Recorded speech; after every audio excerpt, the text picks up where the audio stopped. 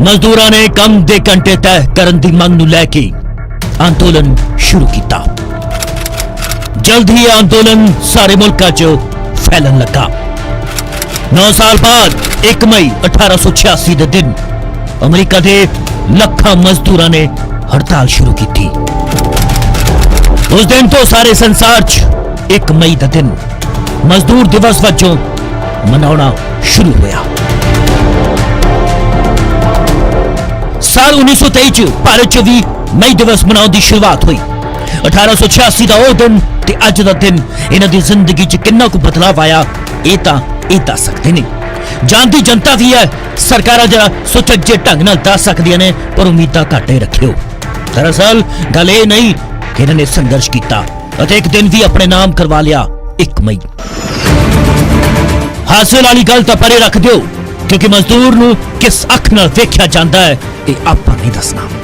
ਸੋ ਗੱਲ ਅੱਜ ਮਜ਼ਦੂਰ ਦੀ ਕਰੀਏ, ਕੋਰੋਨਾ ਦੀ ਕਰੀਏ, 7 ਤੋਂ 11 ਚ ਬਦਲਿਆ ਕੀ ਉਸ ਦੀ ਕਰੀਏ, ਪੁਲਿਸ ਡਾਕਟਰਾਂ ਦੀ ਕਰੀਏ ਜਾਂ ਘਰਾਂ 'ਚ ਬੈਠੇ ਲੋਕਾਂ ਦੀ ਕਰੀਏ, ਸੀਨੀਅਰ ਸਿਟੀਜ਼ਨਸ਼ਿਪ ਦੀ ਕਰੀਏ ਜਾਂ ਮੁਲਕ ਦੀ ਕਰੀਏ। ਚਲੋ ਆਓ ਗੱਲ ਅੱਜ ਮੁਲਕ ਦੀ ਕਰਦੇ ਹਾਂ। ਸੋ ਪੇਸ਼ ਹੈ ਰਿਪੋਰਟ ਮੁਲਕ 2020।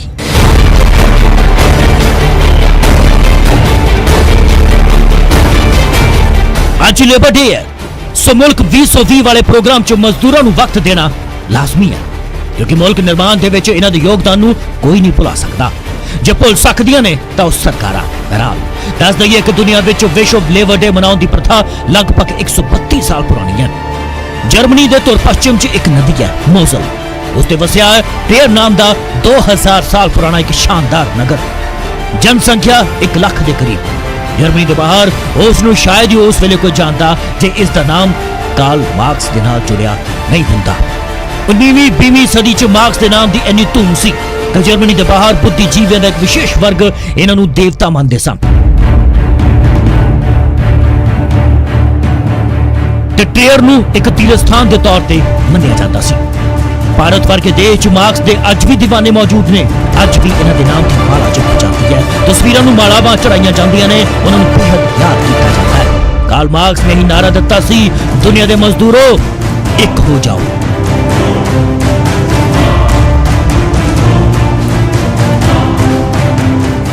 ਸਾਲ ਦੇ ਹੁੰਦੇ 14 ਮਾਰਚ 1883 ਨੂੰ ਲੰਡਨ 'ਚ ਜਦੋਂ ਮਾਰਕਸ ਨੇ ਆਪਣੀਆਂ ਅੱਖਾਂ ਬੰਦ ਕੀਤੀਆਂ ਤਾਂ ਉਸ ਵੇਲੇ ਤੱਕ ਉਹ ਇੱਕ ਦਾਰਸ਼ਨਿਕ, ਅਰਥ ਸ਼ਾਸਤਰੀ, ਸਮਾਜ ਸ਼ਾਸਤਰੀ, ਪੱਤਰਕਾਰ ਅਤੇ ਸਮਾਜਵਾਦੀ ਇਨਕਲਾਬ ਦੇ ਪ੍ਰਚਾਰਕ ਵੱਲੋਂ ਵਧੇਰੇ ਮਸ਼ਹੂਰ ਹੋ ਗਏ ਸਨ।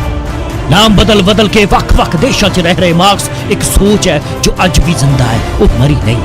ਇਹ ਸੋਚ ਜ਼ਿੰਦਾ ਹੈ ਕ੍ਰਾਂਤੀਕਾਰੀਆਂ 'ਚ, ਇਹ ਸੋਚ ਜ਼ਿੰਦਾ ਹੈ ਮਜ਼ਦੂਰਾਂ 'ਚ, ਇਹ ਸੋਚ ਜ਼ਿੰਦਾ ਹੈ ਇੱਕ ਸੋਚ ਜੋ ਅਮਰ ਹੈ, ਕਿਉਂਕਿ ਸੋਚ ਦੀ ਲੋੜ ਅੱਜ ਦੇ ਵਕਤ 'ਚ ਜ਼ਰੂਰਤ ਹੈ ਹਰ ਮੁਲਕ ਦੀ, ਕਿਉਂਕਿ ਹਰ ਮੁਲਕ 'ਚ ਮਜ਼ਦੂਰਾਂ ਦੇ ਨਾਲ ਵਿਤਕਰਾ ਹੁੰਦਾ ਆਇਆ ਹੈ ਜੋ ਅੱਜ ਵੀ ਜਾਰੀ ਹੈ। ਤਾਜ਼ੀਆਂ ਤਸਵੀਰਾਂ ਤੁਸੀਂ ਵੇਖ ਹੀ ਚੁੱਕੇ ਹੋ।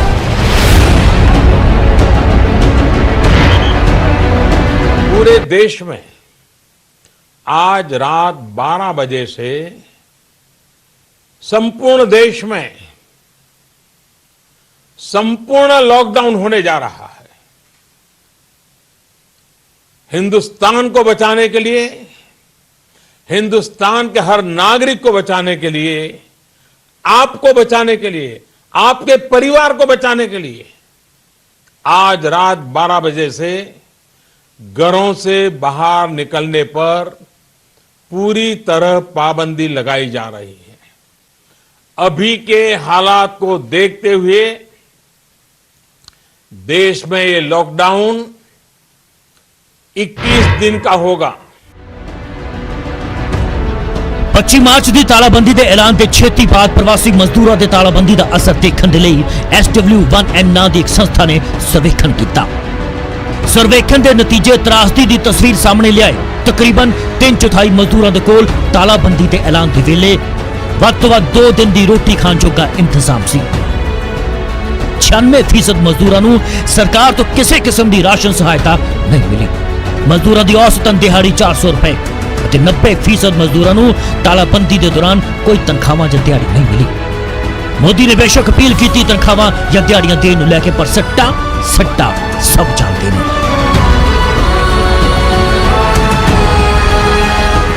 रिपोर्ट ने यह भी सनद किया कि इस समय के दौरान कुल मिला के केंद्र और सूबाई सरकारां ने राहत बारे 350 सरकारी ऑर्डर कड्ढे, जिन्हां दे विचों गरीबां, मजदूरां और लोड़वंदां दी सहायता दे लई दिशा निर्देश, स्कीमां ते मालकां ते रोजगारदातावां नूं हिदायतां शामिल सन।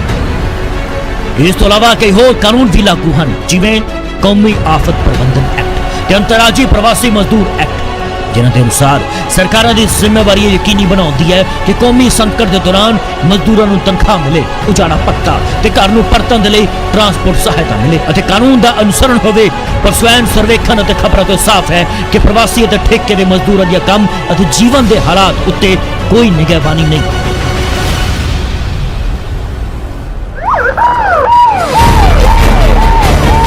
ठेकेदारां ते रोजगारदाता दी कितरे कोई जवाबदेही नहीं। जवाबदेही लवे कौन? सवाल तो वड्डा खड़ा यह भी होंदा है। गल जेकर इस मुल्क दी करिए तो 90% मजदूरां नूं तालाबंदी दे दौरान दिहाड़ी नहीं मिली तो गृह मंत्रालय के दिशा निर्देश रोजगारदाता अपने मुलाजमां ते मजदूरां नूं पूरा पत्ता देण दा सवाल यह भी बड़ा खड़ा होंदा है। जाहिर है जो सरकार की नजरसानी हुंदी तो मजदूर किन्ना हालातां दे विच काम करदे हन ते किवें रहिंदे हन। तो 24 मार्च नूं शायद प्रधानमंत्री एक हुक्म देण विच झिझक दे कि सारे मुल्क वासी आपो अपने घरां विच रहण।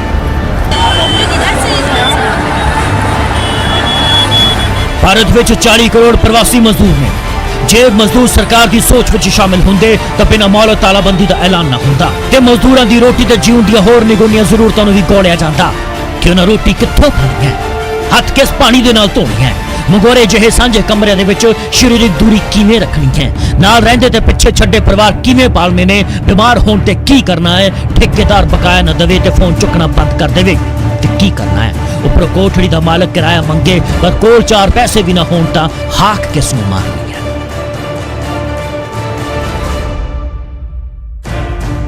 इस सादे जहे सवाल हैं जिसका इंतजार कदों दा है, पर अज 1 मई के दिन तक बनता ही सही कि जवाब आवे, पर मजदूर ना उम्मीद ने। मजदूरों के हालात ते सिर्फ ये अद्धे घंटे का प्रोग्राम ही नहीं सगों पूरे दिन की डिबेट भी चलती रहे तो बदलना की है सरकारों को पता है। तो जिवें मैं पहले ही कहा कि मजदूर भली भांति जानते हैं क्योंकि ये भुगत भोगी ने, क्योंकि महीने दी तस्वीरां ने जो सरकारों का जलूस कढ़िया है उस सरकारों को भी जचिया नहीं। बहरहाल जो किसी ने इन्हों गोलिया ही नहीं तो इन्होंने घरों परतन विच ही सियाणप समझी ते उतर पे पैदल चुपचाप। सिरां उत्ते निक्कियां गंढणियां कुछड़ च बच्चे चुक के उन्हां दी लंबियां कतारां असीं सब ने वेखिया। वो आपो अपने ग्रां जो यूपी, बिहार, मध्य प्रदेश 200, 300, 400 मील तो भी परे सन तुर पे। रस्ते च इनाम भी मिलिया सोटियां दा ते कदे कुछ।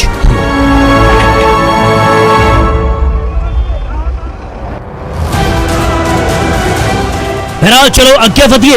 एक अंदाजे के मुताबिक विश्व की आबादी का 2/3 हिस्सा इस समय तालाबंदी का सामना कर रहा है। कोरोना भारत विच असंगठित क्षेत्रों में काम कर रहे लगभग 40 करोड़ कामियां नूं भयानक गरीबी में धक सकती है। तालाबंदी का बड़ा प्रभाव लोगों की नौकरियां ते कमाई ते देखा जा सकता है। अंतरराष्ट्रीय लेबर ऑर्गेनाइजेशन ILO ने एक रिपोर्ट में एक गल्लां कह दित्तियां ने कि अप्रैल के तीजे हफ्ते च बेरोजगारी दर 26.2% पहुंच गई। मार्च में 8.4% सी। खास गल यह है कि ग्रामीण पारे च बेरोजगारी दर का यह आंकड़ा अजे तक उत्थे पुज्जिया ही नहीं सी, पर हुण यह 26.7% हो चुका है। इस शहरों के 25.1% है। अंदाजा यह भी है कि हुण तक देश च 14 करोड़ तो वध लोग अपना रोजगार गवा चुके ने। उगे अर्थशास्त्री और भारतीय रिजर्व बैंक के साबका गवर्नर रघुराम राजन ने साफ कर दिता है कि कोरोना वायरस के कारण मौजूदा तालाबंदी को अगे बढ़ाना आर्थिकता के लिए विनाशकारी होगा। उन्हें कहा सी कि यह बहुत महत्वपूर्ण है कि आर्थिक गतिविधियां दोबारा शुरू होनी चाहिए ने। रघुराम राजन ने भी कहा कि तालाबंदी बढ़ाने का अर्थ यह होगा कि सरकार पहली कोशिश के विच सफल नहीं हुई सी अते यह अपनी भरोसेयोग्यता नूं घटाएगी। कांग्रेस प्रधान सोनिया गांधी ने भी प्रधानमंत्री नरेंद्र मोदी को एक गंभीर आर्थिक संकट के बारे पत्र लिखा है जो तालाबंदी के कारण देश उत्ते आ रहा है। इस पत्र विच माइक्रो, लघु और दरमियाने उद्यम यानी MSME दियां चिंतावां के बारे दस्सिया गया है। देश की GDP च 1/3 हिस्सेदारी और निर्यात दे विच करीब 50% की हिस्सेदारी इसे सेक्टर दी है। इस दे नाल करीब 11 करोड़ लोगों को रोजगार मिलता है, पर इस वेले सही सहयोग न मिलने के कारण 6.3 करोड़ तो ज्यादा MSME कंपनियां आर्थिक तबाही की कगार ते खड़ियां ने। ਭਾਰਤ ਦੇ ਪ੍ਰਧਾਨ ਮੰਤਰੀ ਨੇ ਭਾਰਤ ਵਿੱਚ ਰੱਖਿਆ ਉਦਯੋਗ ਨੂੰ ਮਜ਼ਬੂਤ ਅਤੇ ਸਵੈ ਨਿਰਭਰ ਬਣਾਉਣ ਦੇ ਬਾਰੇ ਵਿਚਾਰ ਕਰਨ ਦੇ ਲਈ ਇੱਕ ਵਿਸਤ੍ਰਿਤ ਮੀਟਿੰਗ ਕੀਤੀ ਤਾਂ ਕਿ ਦੇਸ਼ ਦੀਆਂ ਹਥਿਆਰਬੰਦ ਫੋਰਸਾਂ ਦੀਆਂ ਥੋੜੀਆਂ ਅਤੇ ਲੰਬੀ ਮਿਆਦ ਦੀਆਂ ਜ਼ਰੂਰਤਾਂ ਜ਼ਰੂਰ ਪੂਰੀਆਂ ਕੀਤੀਆਂ ਜਾ ਸਕਣ ਅਤੇ ਕੋਵਿਡ-19 ਦੇ ਸੰਦਰਭ ਦੇ ਵਿੱਚ ਅਰਥ ਵਿਵਸਥਾ ਨੂੰ ਹੁਲਾਰਾ ਮਿਲ ਸਕੇ। ਇਹ ਵਿਚਾਰ ਚਰਚਾ ਅਸਲਾ ਫੈਕਟਰੀਆਂ ਦੇ ਕੰਮਕਾਜ ਵਿੱਚ ਸੁਧਾਰ, ਹਥਿਆਰਾਂ ਦੀ ਖਰੀਦ ਦੇ ਕੰਮ ਨੂੰ ਨਿਯਮਬੱਧ ਕਰਨਾ, ਸੋਮਿਆਂ ਦੀ ਅਲਾਟਮੈਂਟ, ਖੋਜ ਅਤੇ ਵਿਕਾਸ, ਇਨੋਵੇਸ਼ਨ ਨੂੰ ਉਤਸ਼ਾਹਿਤ ਕਰਨ, ਨਾਜ਼ੁਕ ਰੱਖਿਆ ਟੈਕਨੋਲੋਜੀਆਂ ਵਿੱਚ ਨਿਵੇਸ਼ ਨੂੰ ਉਤਸ਼ਾਹਿਤ ਕਰਨ ਅਤੇ ਬਰਾਮਦਾਂ ਨੂੰ ਉਤਸ਼ਾਹਿਤ ਕਰਨ ਦੇ ਦੁਆਲੇ ਕੇਂਦਰਿਤ ਰਹੀ। उधर जो भारत च कोरोना की गल करिए तो कोरोना वायरस के कारण पिछले 24 घंटे 72 लोगों की जान चली गई है। शुक्रवार को इस विच मरण वालों की गिनती 1150 के करीब पहुंच चुकी है तो संक्रमितों की गिनती 35,043 पार कर गई है। केंद्रीय सेहत मंत्रालय के ताजा आंकड़े के अनुसार देश में अजे भी 25,007 लोग कोविड-19 तो संक्रमित ने, जो कि 8,888 लोग तंदुरुस्त हो चुके हैं और एक मरीज देश छड़ के चला भी गया है। कुल 35,043 संक्रमितों के विचों 111 विदेशी नागरिक ने। संयुक्त राष्ट्र के मनुखी अधिकारों के लिए हाई कमिश्नर मिशेल बैचलेट ने सरकारों को कोरोना महामारी के नाल लड़न की आड़ हेठ बुनियादी मनुखी अधिकारों की उल्लंघना विरुद्ध चेतावनी दे दी है। इस हफ्ते के शुरू में ही एक बयान में बैचलेट ने साफ कर दिता कि एमरजेंसी शक्तियों की वरतों सरकारों द्वारा विरोध नूं दबाउण, लोकां नूं नियंत्रण विच रखण अते इत्थों तक कि अपने आप नूं सत्ता विच रखण दे लई नहीं की जानी चाहिए। कोविड-19 का सामना कर रहे देशों के लिए जारी एक नवे सेहत दस्तावेज जिनेवा स्थित संयुक्त राष्ट्र मनुखी अधिकार दफ्तर ने जोर दिता है कि कानून व्यवस्था लागू करने वाले अधिकारियों नूं जनरल स्थिति च कानून, जरूरतां, समानता अते सावधानी के सिद्धांतां की पालना की जानी चाहिए है। निजी एयरलाइन स्पाइस जेट ने अपने पायलटों को सूचित कर दिता है कि अप्रैल और मई दी तनख्वाहां नहीं दित्तियां जाणगीआं, भाव इंतजार न करियो। ते कार्गो जहाज़ां दा संचालन करने वाले पायलटों को घंटिया के हिसाब के नाल उड़ान के आधार पर पैसे दिते जाएंगे। सो मुल्क 2020 अजे किस्सा खत्म नहीं होया, कहानी अजे बाकी है। सुप्रीम कोर्ट के सेवा मुक्त जस्टिस मदन बी लोकुर ने कहा कि कोरोना संकट के दौरान सुप्रीम कोर्ट जिस तरीके के नाल काम कर रहा है पूरी तरह निराश करने वाला है। उन्होंने कहा कि अपने संविधानिक फर्जां नूं सही ढंग दे नाल नहीं निभा रहा, जबकि भारत की सुप्रीम कोर्ट चंगे काम करने के लिए समर्थ है। उन्होंने कहा कि इन्हां नूं आत्म निरीक्षण करने की सख्त लोड़ है, उन्होंने विचार मंथन करके पता लगाने की लोड़ है कि वह अगे किवें वधन। बेशक अदालतां नूं वधेरे सरगम होना चाहिए, यह उन्हां दा कहना है। दस दईए कि 6 साल के अपने लंबे कार्यकाल तो बाद जस्टिस मदन लोकुर दिसंबर 2018 दे विच सुप्रीम कोर्ट तो सेवा मुक्त हुए सन। अमेरिका स्थित भारतीय दूतावास ने उन्हां भारतीय नागरिकों को संपर्क करना शुरू कर दिता है जो कोरोना वायरस महामारी की वजह के नाल लागू लॉकडाउन तो बाद हुण घर वापस परतन की इच्छा रखते हैं। अधिकारिक सूत्रों ने बुधवार को कहा कि केंद्र सरकार देश भर च 3 मई तक लागू लॉकडाउन समाप्त होने के बाद खाड़ी देशों और होर क्षेत्रों के फसे हजारों भारतीयों को वापस भेजने के लिए नौसेना के बेड़ियों के अलावा कई होर विमानों को तैनात करने की योजना से काम कर रहा है, जिसके बाद दूतावास ने एक कदम चुक्या है। इस तो पहले सरकार ने 10 अप्रैल को कहा कि कोविड-19 स्थिति की समीक्षा तो बाद ही विदेशों च फसे भारतीय लोगों को लियाण संबंधी विचार किया जाएगा। विदेश मंत्रालय के सचिव दम्मू रवि ने कहा कि विदेश से रह रहे भारतीय लोगों के बारे कई सवाल आए ने, अजिही स्थिति जिथे असी कोई निश्चित जवाब नहीं दे सकते क्योंकि इस वेले लॉकडाउन है। उन्होंने कहा कि सानू स्थिति की समीक्षा करनी पवेगी, यह सरकार का फैसला होगा कि हुण बाकी देशों तो भारतीयों वापस किवें परताया जाए। इसके लिए पहले चरण की शुरुआत यकीनन खाड़ी देश ब्रिटेन और यूरोप के बाकी हिस्सों तो होगी। इसलिए यूरोप और अमेरिका के बारे भी विचार किया जाएगा। खाड़ी देशों के करीब 80 लाख भारतीय रहते हैं और कोरोना वायरस के कारण उन्होंने आजीविका यानी कि उन्होंने खाण पीन लेके चिंता बढ़ती जा रही है क्योंकि इस क्षेत्र की तेल आधारित अर्थ व्यवस्था इस वैश्विक महामारी के कारण चरमरा चुकी है। बहरहाल आओ दसते हैं कि 1 मई के दिन होर की दर्ज है। इस तो बाद तुहानू एक अजिही तस्वीर के नाल रूबरू करवावांगे जिसनू वेख के दिल तो निकलेगी वाह क्या बात है। पर पहला कुछ झात कुछ तारीखां दी। 1897 च स्वामी विवेकानंद ने रामकृष्ण मिशन की स्थापना की सी। 1908 च प्रफुल्ल चाकी ने मुजफ्फरपुर बम कांड तो अंजाम देने तो बाद खुद नू गोली मार ली सी। 1914 च कार निर्माता फोर्ड पहली कंपनी बनी जिसने अपने कर्मचारियों के लिए 8 घंटे का काम करने का नियम लागू किया सी। 1923 भारत च मई दिवस मनाने की शुरुआत हुई सी। 1956 जॉनसन साल्व द्वारा विकसित पोलियो वैक्सीन जनता दे ਲਈ ਉਪਲਬਧ ਕਰਵਾਈ ਗਈ ਸੀ। 1960 महाराष्ट्र ਅਤੇ गुजरात अलग-अलग ਰਾਜ ਬਣੇ ਸਨ। 1972 ਦੇਸ਼ ਦੀ ਕੋਲਾ ਖਦਾਨਾਂ ਦਾ ਰਾਸ਼ਟਰੀਕਰਨ ਹੋਇਆ ਸੀ। 2009 ਸਵੀਡਨ ਨੇ ਸਮਲੈਂਗਿਕ ਵਿਆਹ ਨੂੰ ਮਨਜ਼ੂਰੀ ਦਿੱਤੀ ਸੀ। 2011 ਅਮਰੀਕਾ ਤੇ 2001 ਦੇ ਹਮਲੇ ਦੇ ਮਾਸਟਰਮਾਈਂਡ ਉਸਾਮਾ ਬਿਨ ਲਾਦੇਨ ਨੇ ਪਾਕਿਸਤਾਨ ਦੇ ਐਬਟਾਬਾਦ 'ਚ ਮਾਰੇ ਜਾਣ ਦੀ ਪੁਸ਼ਟੀ ਹੋਈ ਸੀ, ਯਾਨੀ ਕਿ ਤਸਦੀਕ ਹੋਈ ਸੀ। ਆਓ ਹੁਣ ਗੱਲ ਕਰਦੇ ਹਾਂ ਉਸ ਰਿਪੋਰਟ ਦੀ ਜਿਸ ਬਾਰੇ ਅਸੀਂ ਪਹਿਲਾਂ ਸ਼ਲਾਘਾ ਕੀਤੀ ਸੀ। ਕੋਰੋਨਾ ਦੇ ਕਹਿਰ ਦੇ ਨਾਲ ਪੂਰਾ ਦੇਸ਼ ਜੂਝ ਰਿਹਾ ਹੈ। ਕਈ ਲੋਕ ਅਜਿਹੇ ਨੇ ਜਿਨ੍ਹਾਂ ਨੂੰ ਢਿੱਡ ਭਰ ਕੇ ਖਾਣਾ ਵੀ ਨਸੀਬ ਨਹੀਂ ਹੋ ਰਿਹਾ। ਅਜਿਹੇ 'ਚ ਕਈ ਅਜਿਹੀਆਂ ਸੰਸਥਾਵਾਂ ਨੇ ਜੋ ਅੱਗੇ ਵੱਧ ਕੇ ਇਹਨਾਂ ਲੋਕਾਂ ਦੀ ਮਦਦ ਵੀ ਕਰ ਰਹੀ ਹੈ। ਜ਼ਰੂਰਤਮੰਦ ਲੋਕਾਂ ਦੀ ਮਦਦ ਕਰਨ ਦੇ ਲਈ ਇੱਕ ਅਜਿਹਾ ਹੀ ਦੋਸਤਾਂ ਦਾ ਗਰੁੱਪ ਹੈ ਜੋ ਦਿੱਲੀ ਦੇ ਚਿੱਲਾ ਖਾਦਰ ਦੇ ਯਮੁਨਾ ਟਾਪੂ 'ਚ ਬਣੀ ਬਸਤੀ 'ਚ ਰਹਿਣ ਵਾਲੇ ਪਰਿਵਾਰਾਂ ਨੂੰ ਢਿੱਡ ਭਰ ਕੇ ਰੋਟੀ ਪਹੁੰਚਾਉਂਦਾ ਹੈ। ਸਾਡੀ ਦਿੱਲੀ ਤੋਂ ਪੱਤਰਕਾਰ ਰਚਨਾ ਨੇ ਇੱਕ ਰਿਪੋर्ट फाइल की है। कोरोना महामारी के चलते कई लोगों को खाने की ज़रूरत है और ऐसे में कोरोना महामारी ने हमें जिस तरीके से धैर्य सिखाया, संयम सिखाया, सोशल डिस्टेंसिंग का पालन करना सिखाया और इसके साथ एक चीज़ सिखाई कि दूसरों की मदद करना, क्योंकि इस वक्त ऐसे कई सारे ज़रूरतमंद लोग हैं जिन तक खाना नहीं पहुंच पा रहा या जिनकी मजबूरी है, जो अपने घरों से दूर है, रुपया पैसा ख़त्म हो चुका है। ऐसे में जो लोग सहयोग कर रहे हैं, जो लोग मदद कर रहे हैं, आज हम पहुंचे हैं एक ऐसे ग्रुप के पास जो 3 दोस्तों का ग्रुप है। इस 3 दोस्तों के इस ग्रुप ने लोगों तक खाना तो पहुंचाया ही, इसके साथ ही यमुना खादर के एक टापू में जहां करीबन 80 परिवार रहते हैं, वहां प्रतिदिन यहां से खाना पहुंचाया जाता है और सिर्फ पूरी सब्जी रोटी ही नहीं बल्कि जायकेदार खाना यहाँ से पहुँचाया जाता है। अलग अलग मेन्यू होता है। अगर आज के मेन्यू की बात करें तो आप देख सकते हैं कि यहाँ पर पुलाव बनाया जा रहा है। मटर पुलाव यहाँ से भेजा जा रहा है, पैक किया जा रहा है, क्योंकि मटर पुलाव खाना सबको पसंद होता है। इसके साथ जो बच्चे हैं, बच्चों के लिए भी पसंद वाली जो चीज़ें हैं, चिप्स हैं, ओट्स हैं, वो भी यहाँ से पहुँचाए जा रहे हैं। आप देख सकते हैं कि यहाँ पर जो चिप्स के पैकेट भी रखे हुए हैं ताकि बच्चे जो लॉकडाउन में अपने घरों में बंद हैं वो इतना बोर हो गए हैं, तो उन लोगों तक ये चीज़ें मुहैया कराई जा रही हैं। वीरेंद्र जी, ये बताइए कि ये हेल्प का जो काम आप लोग कर रहे हैं ज़रूरतमंद लोगों के लिए, ये कब से शुरू हुआ था? देखिए, 25 को जब लॉकडाउन की घोषणा हुई तो उसी समय हमें लगा कि संकट गंभीर है। तो हमारे मेंटर हैं डॉक्टर विनय सहस्त्रबुद्धे, उन्होंने हमसे कहा कि हमें कुछ करना चाहिए। तो हम 3 मित्र हैं, मेरे साथ राजीव कोहली और विजेंद्र धामा है। हम तीनों ने मिलके सोचा कि हम फीड द नीडी के तहत भूखे लोगों को खाना खिलाएंगे। तो शुरू में हमने सोचा कि हम इसको 5-7 दिन करेंगे।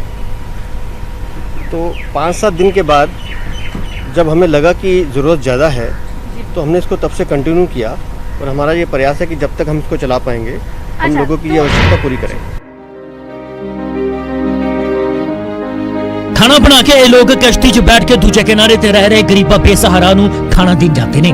ਰਚਨਾ ਨੇ ਦੱਸਿਆ ਕਿ ਇਹ ਲੋਕ ਪਹਿਲੇ ਦਿਨ ਤੋਂ ਹੀ ਗਰੀਬਾਂ ਦੇ ਲਈ ਖਾਣਾ ਲੈ ਕੇ ਜਾਂਦੇ ਨੇ। ਇਸ ਥਾਂ ਤੇ ਕਰੀਬ 80 परिवार रहते हैं। कोविड-19 के मुश्किल समय में लॉकडाउन पूरे देश भर में जारी है और इस लॉकडाउन ने हमें कई सारी चीजें सिखाई। धैर्य और संयम बरतना सिखाया, लोगों की मदद करने सिखाया। एक फ्रेंड्स ग्रुप किस तरीके से लोगों की मदद कर रहा है ये हमने आपको दिखाया कि खाना कैसे तैयार हो रहा है, कैसे पैक हो रहा है। लेकिन अब हम इस नाव के जरिए आपको दिखाएंगे कि वो खाना बनकर पैक होकर कहाँ जाता है, किन इलाकों में जाता है। यमुना खादर के इलाके की बात हमने की थी, तो यहाँ पर करीबन 80 परिवार ऐसे हैं जो टापू पर रहते हैं और उन तक आने की और जाने की सिर्फ एक ही सुविधा है, वो भी है नाव के जरिए। यानी कि यहाँ पर आने जाने का कोई और रास्ता नहीं है। सड़क रास्ते से हम लोग यहाँ पर पहुँचे और अब नाव के जरिए हम उस टापू पर जा रहे हैं जहाँ पर ज़रूरतमंद लोगों तक खाना पहुँचाया जाता है। हमारे साथ जो फ्रेंड्स ग्रुप के सदस्य हैं वो भी हैं और ये फ्रेंड्स ग्रुप सेवा भारती के साथ मिलकर ज़रूरतमंद लोगों तक खाना पहुँचाने का काम कर रहा है। आप देखेंगे कि पैक डिब्बे जो कि हमने आपको पहले भी दिखाए थे, वो पैक डिब्बे यहाँ पर रखे हुए हैं। अब हम टापू पर जा रहे हैं धीरे धीरे इस नाव के जरिए, क्योंकि सबसे बड़ी चुनौती ये है कि मुश्किल रास्ते को पार कर कर टापू पर पहुँचना और ज़रूरतमंद लोगों तक खाना पहुँचाना। सर ये बताइए कि खाना वहाँ बन रहा था, वहाँ तो आसानी से बन गया, लेकिन चुनौती सबसे बड़ी है कि उन ज़रूरतमंद लोगों तक ये खाना पहुँचाने के लिए नाव के जरिए एक लंबा सफ़र तय करना। हाँ बिल्कुल, चुनौती वाली बात तो है। हम लोग वहाँ पर मयूर विहार अपना सेवा रसोई में खाना बना के तैयार करते हैं। लगभग उसके बाद 12 बजे के लगभग हम लोग खाने को इस नाव के द्वारा उस टापू पर लेके जा रहे हैं खाना, जहाँ लोग लगभग 12 बजे हमारा इंतजार कर रहे होते हैं कि खाना वहाँ पहुँचेगा। और लगभग हम 25 तारीख से लगातार रोजाना भोजन की व्यवस्था हम करा रहे हैं। ये लोग हर रोज बदल बदल के खाना लेके जाते ने, यानी कि हर दिन इक्को रोटी सब्जी नहीं, मेन्यू चेंज होता रहता है। इन्हें नहीं, बच्चे की ख्वाहिशा ते फरमाइशा का भी पूरा ध्यान रखा जाता है। तो फ्रेंड्स ग्रुप का खाना मदनपुर खादर के उस टापू पर पहुंच चुका है, जहां पर 80 परिवार, करीबन 80 परिवार रहते हैं। और आप देख रहे हैं कि यहाँ पर लंबी जो लाइन लगी हुई है, सोशल डिस्टेंसिंग का ध्यान रखा जा रहा है। और ये खाना अब उन लोगों को दिया जा रहा है जो लंबे समय से इंतजार कर रहे थे खाने का। अच्छा शिखा, यहाँ डेली मिलता है खाना? अच्छा जी, हमारे यहाँ प्रतिदिन भोजन आती है। तो लॉकडाउन चल रहा है, आना जाना तो नहीं हो पा रहा होगा, लोग नहीं आ पा रहेंगे, तो खाना वाना सब मिल पा रहा है? जी, हमारे यहाँ जब से लॉकडाउन हुए जब से भोजन मिलते हैं प्रतिदिन। और सेवा भारती द्वारा 8 दिन का जब